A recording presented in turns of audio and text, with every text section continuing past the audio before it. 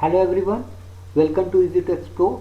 As in last video we get you to the steps of how to set up Tomcat Apache server. In this video we'll make a move and we will let you know how to run and create your first servlet program. For that we have to initially start up a server of Tomcat Apache. So I am using the Windows E shortcut key for my computer. Then I am moving to my C drive, as I've initially pasted my Apache Tomcat folder downloaded from the website of Tomcat Apache in this drive. You may paste it in any other drive. We'll move to the specific folder of pen where initial all the servlet related files are available to start the server. So I will copy the path and then use the shortcut key of Windows R, then go to CMD and just use CD for change directory and paste the path and get into that path through command line. Now I will use C and then use tab key for catalina.bat file to the catalina.bat file, then space and argument start. It means we want to start the server. It will take couple of seconds and after that it will load and say a statement, the server startup in this millisecond.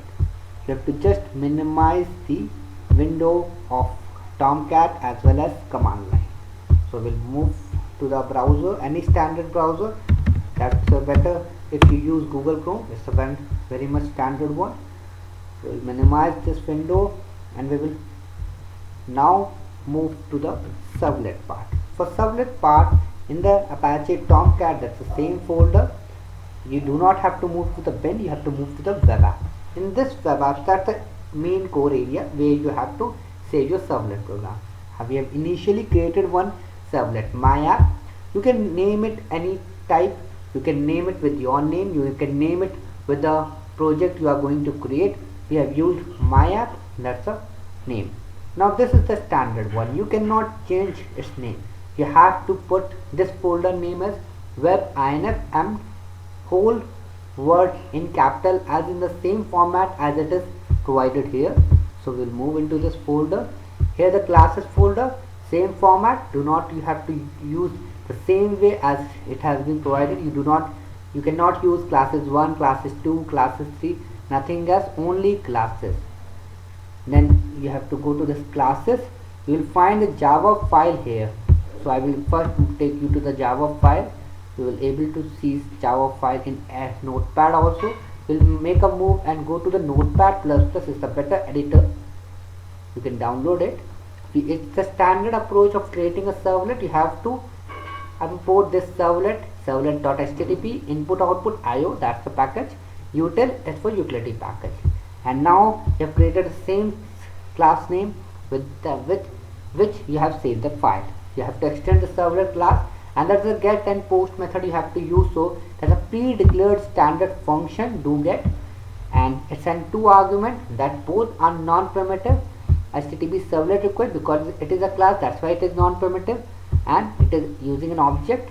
Same with servlet response, using an object response, and as exception handle needs to be done as it's a server based program. So servlet exception, maybe that's a pre-defined class, servlet exception and input output exception. Now we have created one object of printer writer. The object name is out, and we have get the response.get writer, that we are getting a response of the user, of the client, that what he required. So in this we will get the response. So we have created one object and we are getting the response of the client. Here we are using out.println.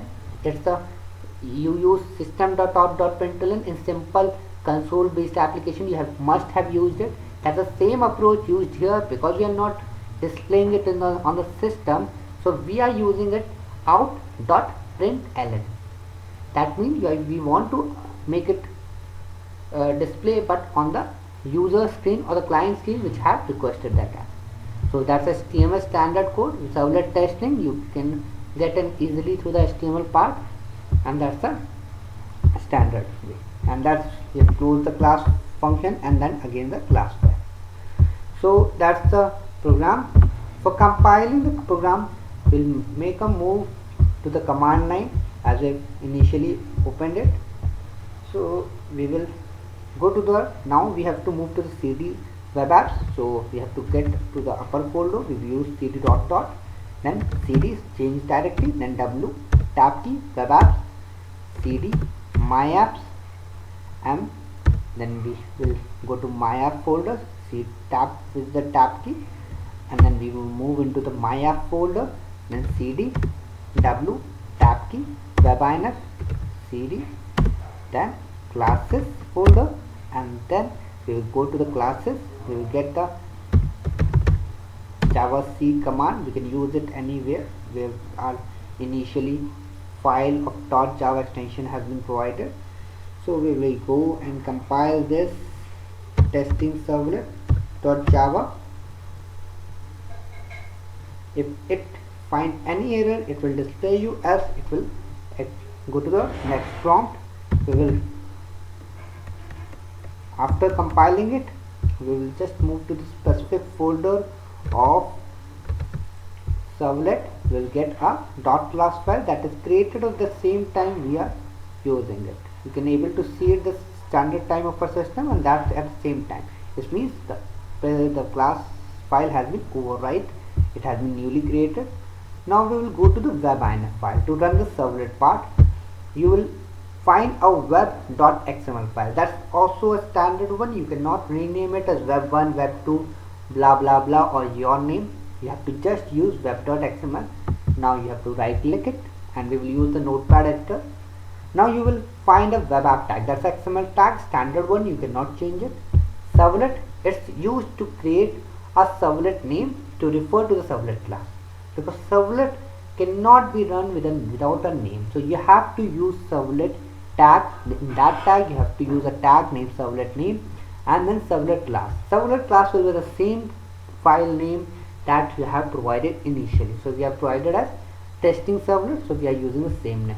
You can provide any servlet name, you can provide your name, you can provide any name. Now we are using servlet mapping. So here we are going to map the form of URL that will appear on the browser. So we are using a servlet mapping. That's also an XML tag. Here the servlet name, and we are using here servlet name as testing. That's a standard way of getting the servlet name, because we have initially created a servlet name testing. That's why we are using it. You can see the green color that has been highlighted. Now we are initializing the URL pattern. Then we can get it any kind of URL pattern. You may use your name, you can use any other name. We are using some kind of abstract word, and we're using abstract only. So abstract word, and that's the pre-declared format. Now if you want to add more .class file in the classes folder, if you add more classes, more Java file in the classes folder and compile it and get .class, you can add more the same way. You have to just copy and paste this part and paste it, and then again type the same way which you need to define, and the servlet class will change, and you can put the servlet name as you can name it any other name. Okay, do not use the same name as provided before. So we have done with this web.xml file. We will minimize this window.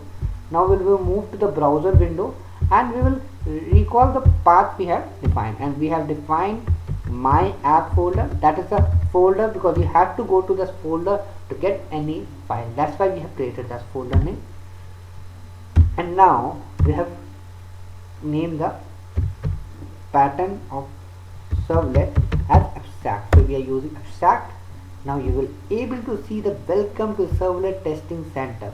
That's the same code that has been written here. Welcome to the servlet testing center, and in title you can see it's written servlet testing, and when you move to the browser you'll find the title as servlet testing. Welcome to the servlet testing. If you want to check it with the source code of HTML, right click on the browser window, view page source. You will able to get the same code that you have written in the servlet program. That means your first servlet you have created and it's running completely successfully. So that's how you may run the servlet. After running the servlet, you must close the Apache server window, and that must be a standard approach, that is C tab Catalina. So we will go again to the bin folder,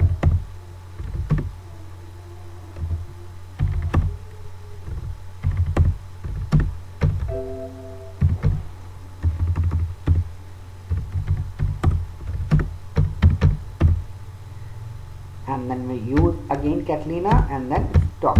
That's a standard way of shutting down the Tomcat Apache server. That's how you may run your first applet and servlet or JSP program. So that's, if you like this video, please subscribe our channel. Thank you for watching the video.